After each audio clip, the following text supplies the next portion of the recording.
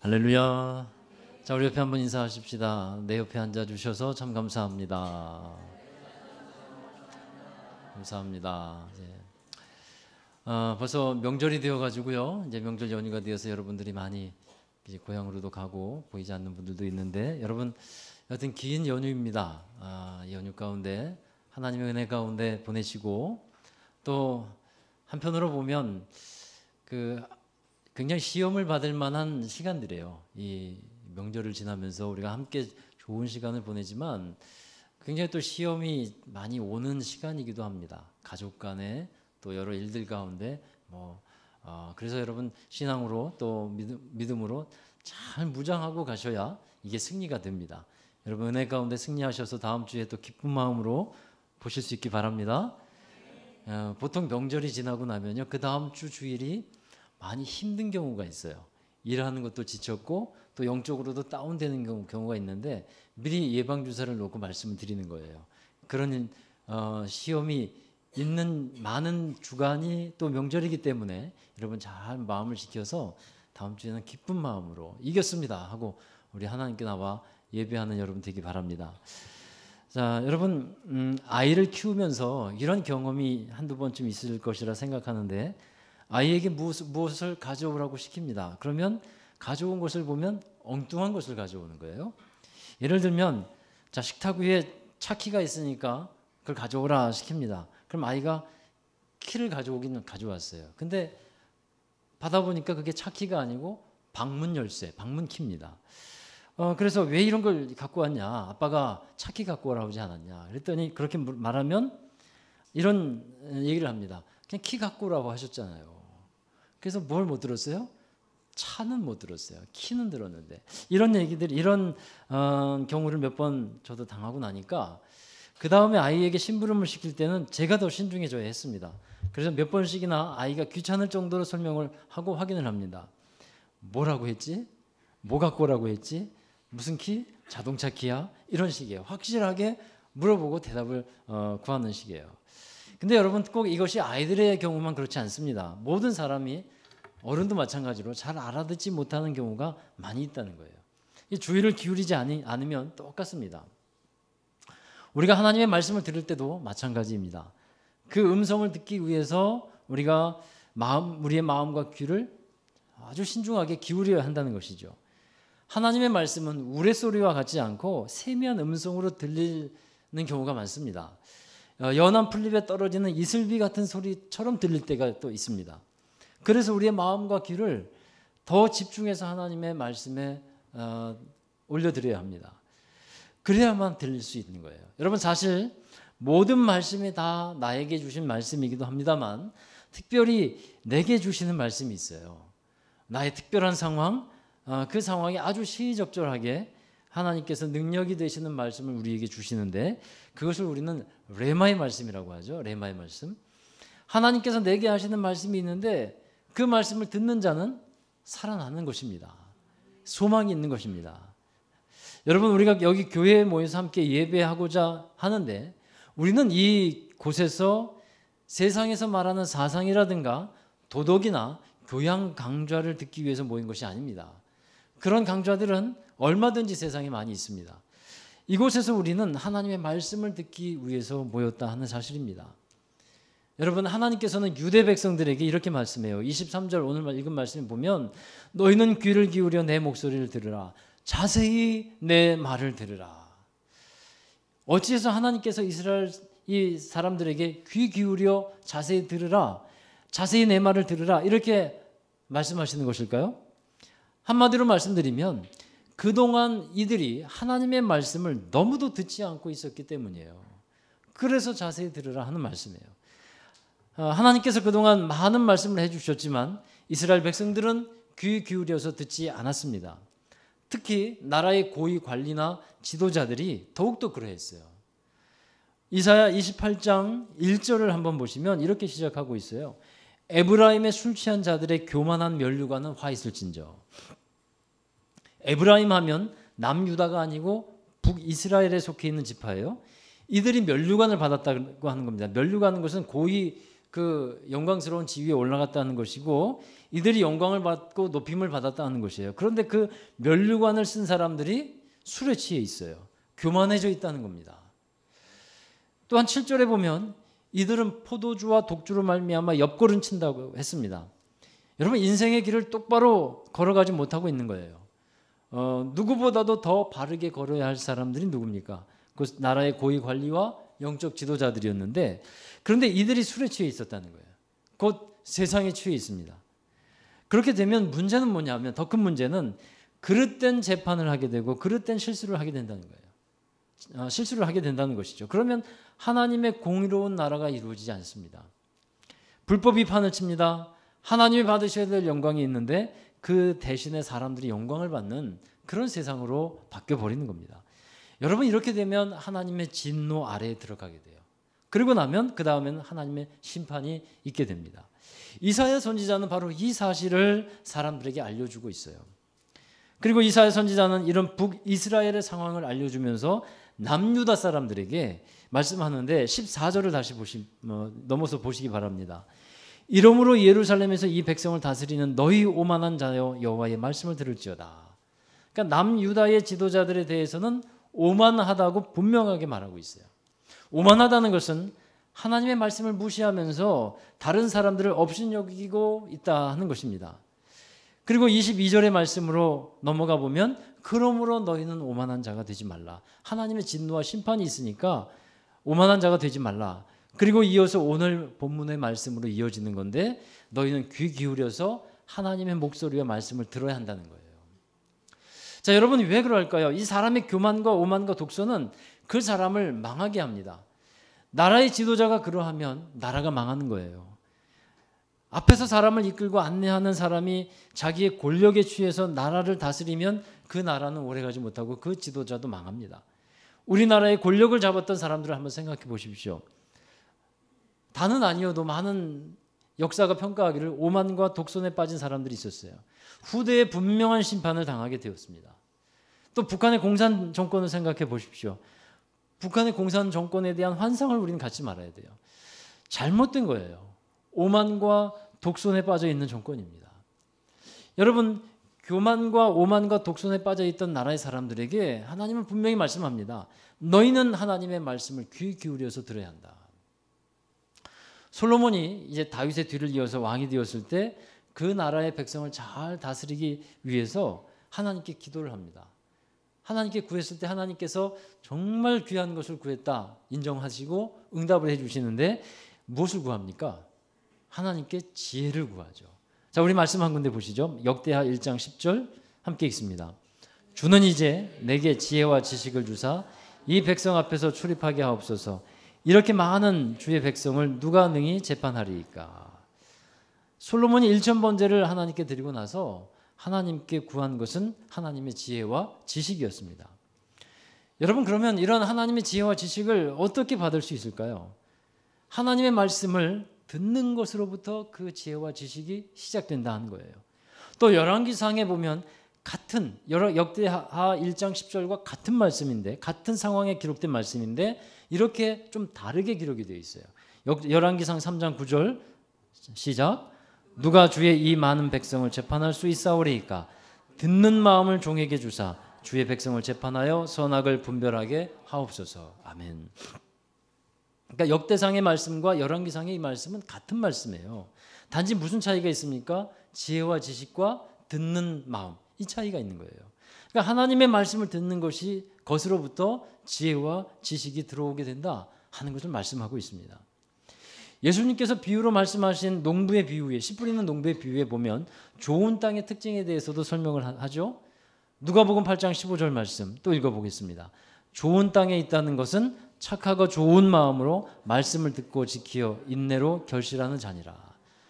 좋은 열매를 맺게 되는 이 좋은 땅이 바로 어디로부터 시작이 됩니까? 하나님의 말씀을 듣는 것으로부터 시작이 돼요. 여러분, 그래서 이 하나님은 하나님의 음성을, 하나님 말씀을 자세히 귀 기울여 들어라, 경청하라 말씀하고 있어요. 그리고 오늘 읽은 본문의 말씀으로 돌아가 보시면요, 자세히 귀 기울여 들으라 하면서 무엇을 깨달으라고 하시는 것일까요? 하나님은 지혜로우시며 하나님의 이 경영이 놀라우시다, 이것을 깨달으라 하는 것입니다. 여러분 하나님의 지혜와 경영에 대해서 설명하면서 오늘 말씀의 비유로 든 것이 바로 농사법이에요. 그러니까 농부로서 하나님은 이제 표현되고 있는데 농부 하나님. 그렇게 우리가 말씀드릴 수 있을 것 같아요. 그래서 요한복음 15장에도 보면 예수님께서 포도나무 비유를 말씀하면서 내 아버지는 농부시라 이렇게 말씀하죠. 농사법에 대해서 하나님의 지혜와 경영을 말씀하고 있는데 농부가 농사를 지을 때 제일 먼저 해야 되는 것이 있습니다. 땅을 개간을 하는 거예요. 땅을 고르게 합니다. 여러분 땅이 준비되어 있지 않으면 아무리 좋은 씨앗이 있고 품종이 있다 해도 씨를 뿌릴 수가 없잖아요. 그래서 준비되지 않은 땅에 씨를 뿌린다고 한들 제대로 열매를 맺을 수가 없습니다. 그래서 좋은 열매를 거두기 위해서는 항상 땅을 잘 준비해야 합니다. 여러분 우리도 하나님의 은혜를 사모하는 줄로 믿습니다. 사실 하나님의 은혜는 언제나 우리에게 부어지고 있어요. 그런데 왜 그 은혜를 받지 못할까요? 은혜 받을 만한 땅이 제대로 준비되어 있지 않기 때문에 그래요. 그러니까 땅 혹은 우리 마음의 밭이 잘 준비되어 있어야 하는데 이게 준비되어 있지 않으니까 항상 부어지고 있는 그 은혜를 우리가 잘 받지 못한다 하는 것입니다. 자, 땅이 잘 준비돼요. 그 다음에 뭐 합니까? 농부는 파종을 합니다. 그런데 그냥 아무렇게 파종하는 것이 아니고 오늘 말씀에 보니까 이 구획을 나눠요. 땅의 어느 부분에 어떤 곡식을 심을지 정하고 파종을 합니다. 25절에 보면 소회양, 대회양, 소맥, 대맥, 또 귀리 이렇게 나오고 있는데 농부는 각각 이 씨의 특징을 잘 알고 있어요. 그래서 종류별로 적절한 방법으로 심는다는 거예요.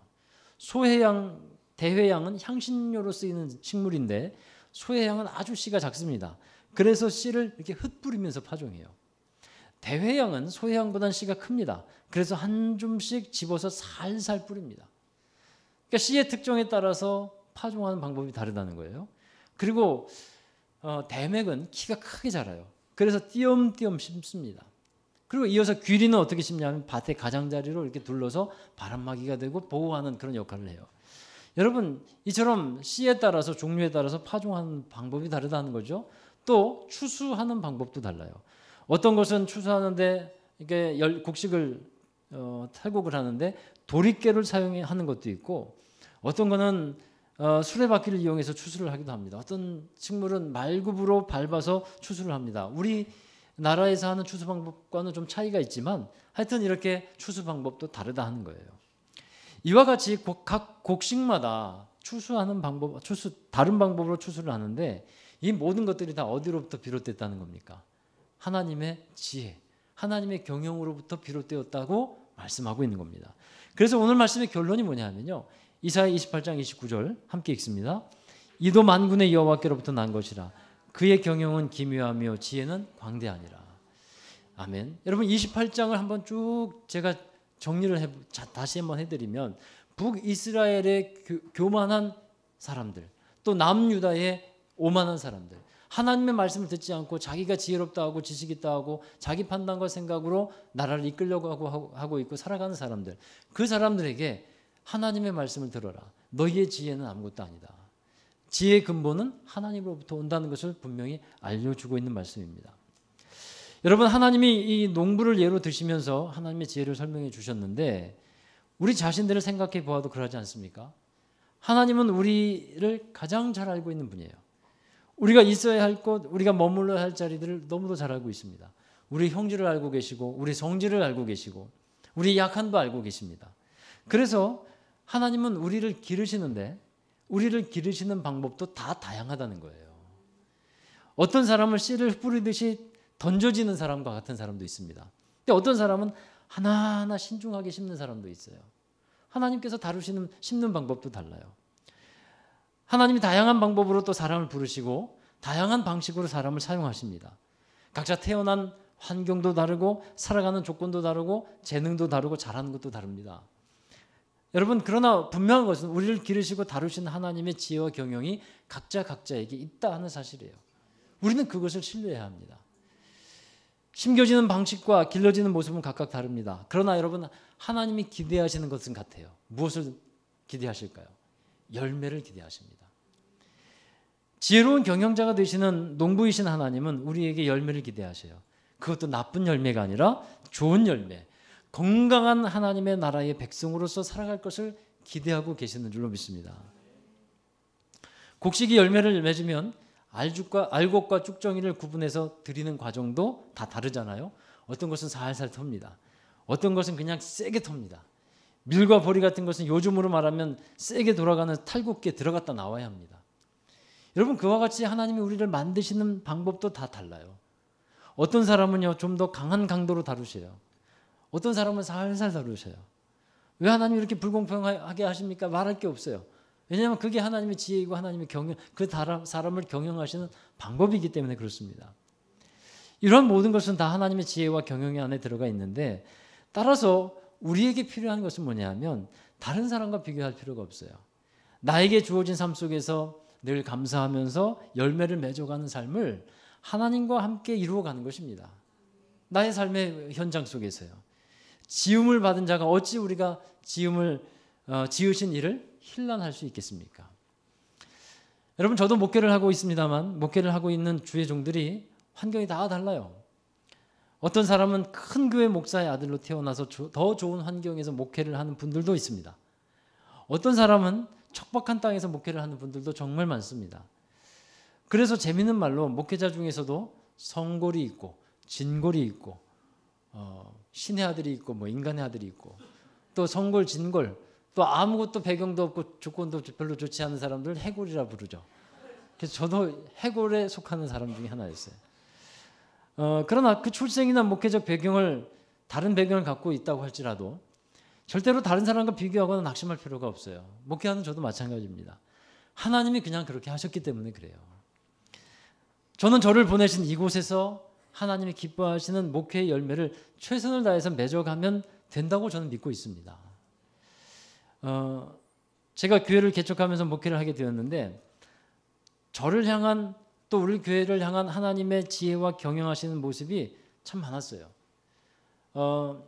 하나님이 개척을 위한 경영 수업을 참 저에게는 많이 시켰던 것 같아요. 제가 순장들이나 여러분에게 말씀한 것도 있는데, 저는 시골의 작은 개척교회부터 섬기기 시작했어요.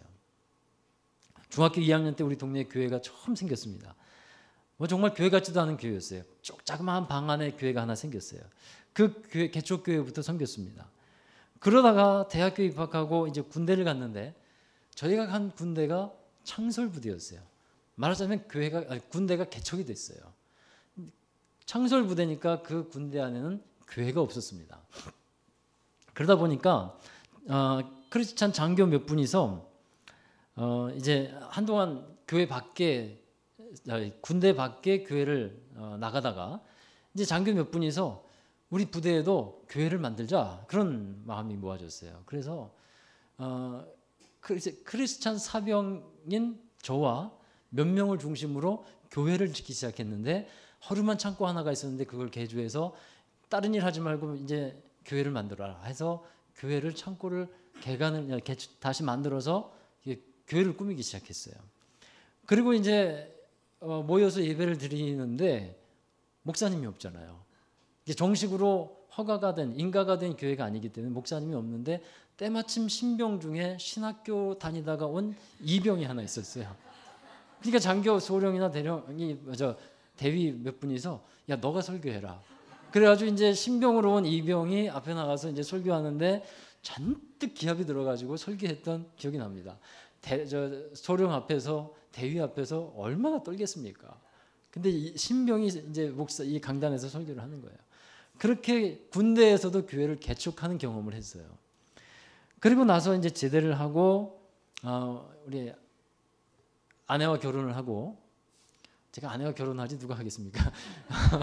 결혼을 하고, 그리고 이제 교회를 다시 아내를 따라서 교회를 섬기게 됐는데, 거기도 상가의 작은 개척교회였어요. 그래서 개척교회를 또 거기에서 섬기게 되다가 또 한 번 교회를 옮기게 되는 상황이 됐습니다. 근데 옮긴 교회도 개척교회였어요. 그리고 이제 다시 그 교회에서 이제 주의 종으로 갈 수 있도록 길을 열어주셨고, 그리고 이제 교회를 나와서 개척을 하게 되었습니다. 그러니까 하나님 이렇게 지나온 것을 보니까 저는 개척교회만 섬겼어요. 군대에서도 교회를 개척했어요.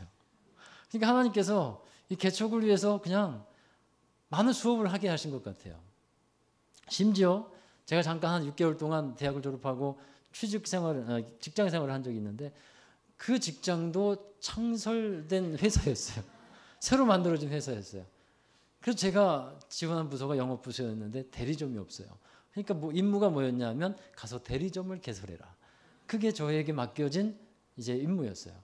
근데 그 모든 것들을 지나가 보니까요, 이 교회를 개척하는 데 있어서 정말 많은 훈련을 시켜주셨구나 하는 것을 제가 깨닫습니다. 그러니까 하나님의 지혜와 경영이었어요. 저를 향한 또 우리 교회를 향한. 지난주에 이제 교회가 사택을 마련해서 이사를 했습니다. 참 감사한 일이었습니다. 또 여러분들이 신경 써주시고 또 기도해 주셔서 많은 감사를 드렸습니다. 자, 그러면서 지난 일들을 좀 생각해 보니까 하나님께서 행하신 일들이 놀라워요. 제가 어느 분에게도 말씀드린 적이 있는데 교회를 개척하면서 그야말로 저희는 생개척을 했습니다. 그래서 모든 것을 제가 혼자 다 담당할 수밖에 없었어요. 교회 개척을 위해서 제가 갖고 있었던 집을 팔았어요. 제게 남겨진 돈이 6,500만 원이었습니다. 이곳 당수동에 건물을 얻고 보증금으로 5천만 원을 넣었어요. 왜 그렇게 많이 넣었는지, 그러니까 월세를 많이 감당하면 내가 부담스럽다, 우리가 교회가 힘들겠다라는 생각에 그냥 5천만 원을 많이 넣었어요. 그리고 월세는 50만 원이 되었습니다. 나머지가 얼마예요? 1,500만 원이 남았는데 그것 갖고 우리 네 식구, 그때 정찬이는 뱃속에 있었어요. 막내는. 그래서 이 5식구가 살아야 했습니다. 1,500만 원짜리 전세, 5천만 원을 어디서 또 500만 원을 빌려서 2천만 원짜리 전세를 맥시멈으로 찾는데 찾을 수가 없었어요. 그러다가 어디를 가게 됐냐면 이북동의 웅비 아파트를 가서 5층 그 꼭대기에서 살면서 지내게 됩니다. 죽는 줄 알았어요. 너무 뜨겁고 여름에 너무 힘들었어요. 자, 그러다가 이제 제 마음에 우리 기도의 제목은 뭐였냐면 빨리 당수동으로 거처를 옮겨야 되겠다. 왜냐하면 교회도 그렇고 우리 아이들 다니는 학교도 그렇고 다 당수동에 있으니까. 그래서 당수동에 집을 이렇게 은연중에 알아보고 있었는데 그러던 차에 교회 옆에 은광빌라에 전세가 났다는 소식을 들었어요. 그래서 그곳을 2,500만 원의 전세로 들어갈 수 있었습니다. 참 감사하죠. 우리 그 집주인도 지금 계십니다, 사실은. 근데 여러분, 당수동으로 입성을 했어요. 결국은요. 근데 이북동에 집을 얻은 지 6개월 만이에요. 그러니까 나머지 그 기간이 1년 6개월이 남아 있어요. 그 남은 상태로 그걸 그냥 빈집으로 내두고 돈을 또 빌려가지고 모르겠다 그러고 일단은 나 믿음으로 넘어왔습니다. 여러분, 제가 당수동으로 입성을 하던 그날 이 과천봉담 고속도로를 가로질러서 오는 기분을 여러분은 짐작을 하실 수 있을까요? 저는 홍해를 건너는 것 같았어요. 그걸 지나가면서 홍해를 건너는 기분이 이런 것이겠구나. 너무도 기뻤어요. 그리고 은광빌라에 살면서 참 행복했습니다. 방도 3개가 되었어요. 우리 5식구가 살기에는 너무 좋은 집이었어요. 그래서 좋은 집을 주신 하나님께 정말 감사했어요. 그러면서 그렇게 감사하게 살고 있는데 몇 년도인가 정확히 기억은 안 나는데 약 2008년도인 것 같아요. 우리 한겨울에 우리 집주인께서 전화가 왔어요. 뭐라고 하냐면 방 좀 빼주세요. 집 좀 빼달라고. 그래서 참 난감했죠. 왜냐하면 당장 나갈 수 없는 일이었어요. 그 돈 가지고 전세를 얻기도 막막했고 참 어려웠습니다. 그때 아마 우리 주변의 아파트가 최저가 한 전세가 8천 정도 됐을 것 같아요. 당장 나갈 수는 없는 일이었습니다. 그래서 계약 기간이 6개월이 남아있으니까 그 안에 제가 집을 마련해 보겠다고 하고 시간을 벌었습니다. 그리고 그 무렵에 우리 교회도 변화가 있었어요. 우리 교회라 하면 저 밑에 있었던 작은 이제 첫 번째 소명교회를 말씀드리는 건데 교회가 한 3년 정도 지나고 나니까 제 마음에 월세 좀 내렸으면 좋겠다는 마음이 들었어요. 그래서 무턱대고 기도한 다음에 집주인이 아니죠. 그 건물주에게, 교회 건물주에게 전화를 걸었습니다. 이거는 뭐냐면 월세 좀 내려주시기 바랍니다 하는 전화였어요. 그렇게 부탁을 했어요. 당시 월세가 50만 원이었는데 무슨 배포가 있었던지 주인에게 30만 원까지 해달라고 요구를 했습니다. 말도 안 되는 얘기였던 것 같아요. 근데 그 주인이 난감해하면서 깎아주는 거예요. 그리고 나서 35만 원까지 해줬어요. 그러니까 여러분, 개척교회에서 한 달에 15만 원 월세를 덜 낸다? 이거는 대단한 일입니다. 엄청난 일이었어요. 굉장히 큰 도움이 되는 일이었어요. 그래서 그런 상태에서 이제 이 집을 빼줘야 되는 상황이 됐습니다. 근데 이제 다시 전세집을 얻어야 되는데 어느 날 부동산에서 전화가 왔어요. 전세를 살지 말고 아예 집을 사라는 것이었어요. 근데 당시 가격은 그 매물로 나온 그 가격, 은광빌라에 따른 이제 지금 전에 제가 살고 있던 곳인데 전세가 그 매매 가격이 7,300만 원이에요. 제가 얼마 갖고 있습니까? 2,500만 원 전세를 갖고 있는데 7,300만 원을 사래요. 저는 교회 월세 감당하기도 힘든 어려운 상황인데 그 한 얼마입니까? 5천만 원 차이 나는 거 그걸 감당할 능력이 없다라고 생각을 했어요. 그래서 어떻게 사냐고 했더니 사는 게 좋겠다는 한번 해보자고 하는 의견이 들었는데 그게 방법이 뭐냐면 대출이었어요. 근데 대출을 어떻게 받냐 하면 받을 게 없어요. 그래서 생각난 사람이 하나 있어요. 교회 건물주가 생각났어요. 교회 건물주에게 전화를 했어요.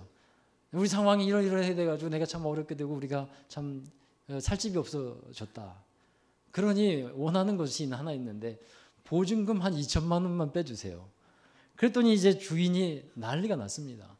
아니 몇 달 전에 월세 깎아주지 않았냐고. 근데 또 보증금을 빼달라고 하니 그게 말이 되냐고 난리가 났습니다. 그래도 제가 어떻게 합니까? 상황이 이렇게 됐는데 대신 월세를 올려드리겠습니다. 해서 2천만 원을 받고 월세를 올려드렸는데 55만 원이 됐어요. 그러니까 주인 입장에서 보면 불과 몇 달 전에 50만 원 받다가 5만 원 올려주고 2천만 원 내줬어요. 상황이 참 이상한 상황이에요. 그 주인이 그래요. 내가 왜 이러는지 모르겠다고. 그러면서 돈을 내줬어요. 그리고 나서 나머지 돈 대출 받고 이제 은광빌라를 이제 교회 명의로 살 수 있었던 거예요.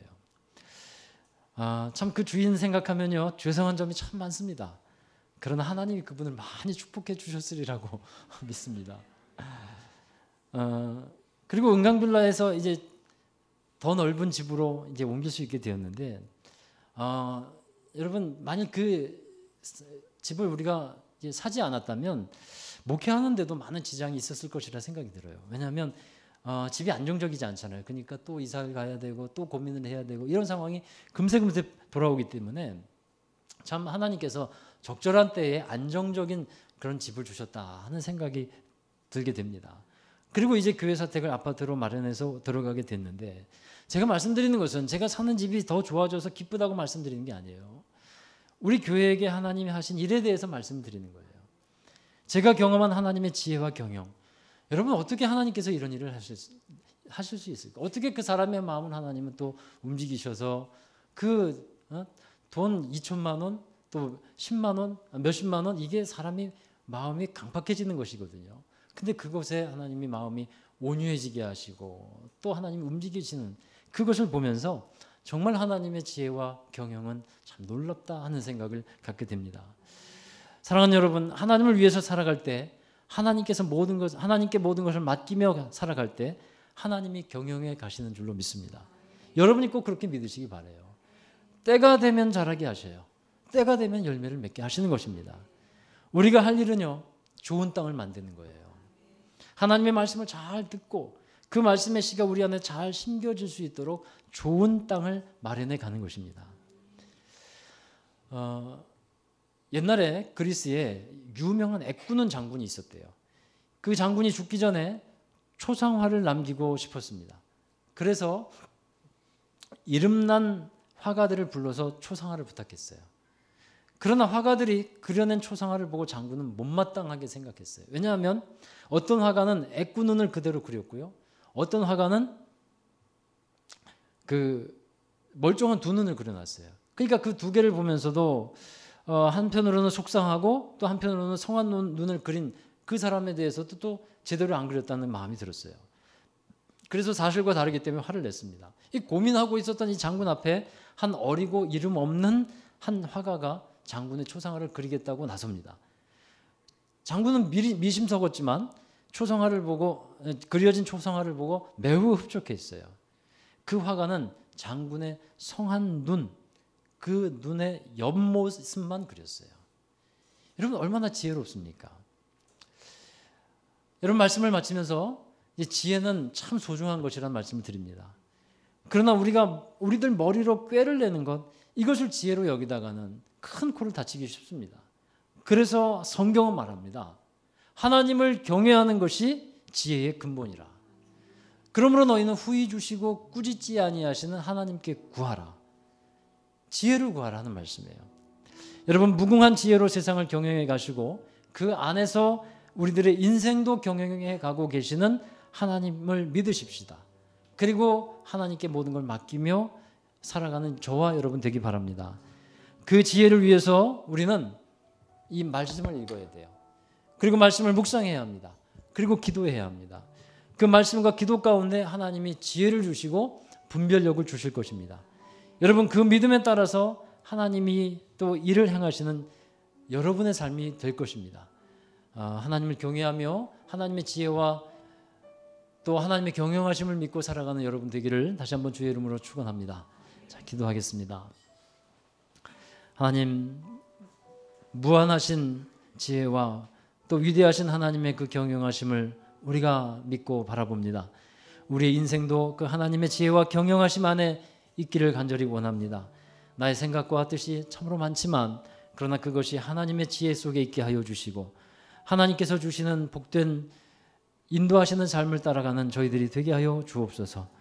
우리의 생각보다 우리의 또 기도하는 것보다 더 풍성하게 하시고 더 많고 좋은 것을 준비하고 계신 우리 하나님을 신뢰하며 우리가 말씀을 통해 또 기도를 통해 하나님을 따라가는 귀한 삶이 되게 하여 주옵소서.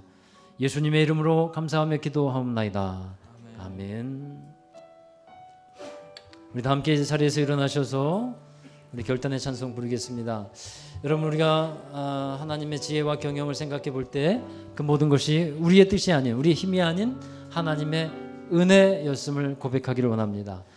지금까지 살아온 것은 하나님의 은혜라 주의 은혜라 함께 고백합니다. 내가 지금까지 지내온 것은 주의 은혜라 주의 은혜라 주의 은혜라 지금까지 지내온 것은 내가 하나님의 자녀 된 것은 내가 하나님의 자녀 된 것은 주의 은혜라 주의 은혜라 주의 은혜라 하나님의 자녀 된 것은 주의 은혜라 주의 은혜라 주의 은혜라 지금까지 지내온 것은 주의 은혜라 주의 은혜라 주의 은혜라 지금까지 지내온 것은 내가 이 자리에 서 있는 것은 내가 이 자리에 서 있는 것은 오직 주의 은혜입니다. 주의 은혜라 주의 은혜라 이 자리에 서 있는 것은 주의 은혜 주의 은혜라 주의 은혜라 이 자리에 서 있는 것은 주의 은혜라 주의 은혜라 주의 은혜라 이 자리에 서 있는 것은 주의 은혜라 고백합니다. 주의 은혜라 주의 은혜라 지금까지 지내온 것은 아멘. 주의 은혜라 주의 은혜라 주의 은혜라 지금까지 지내온 것은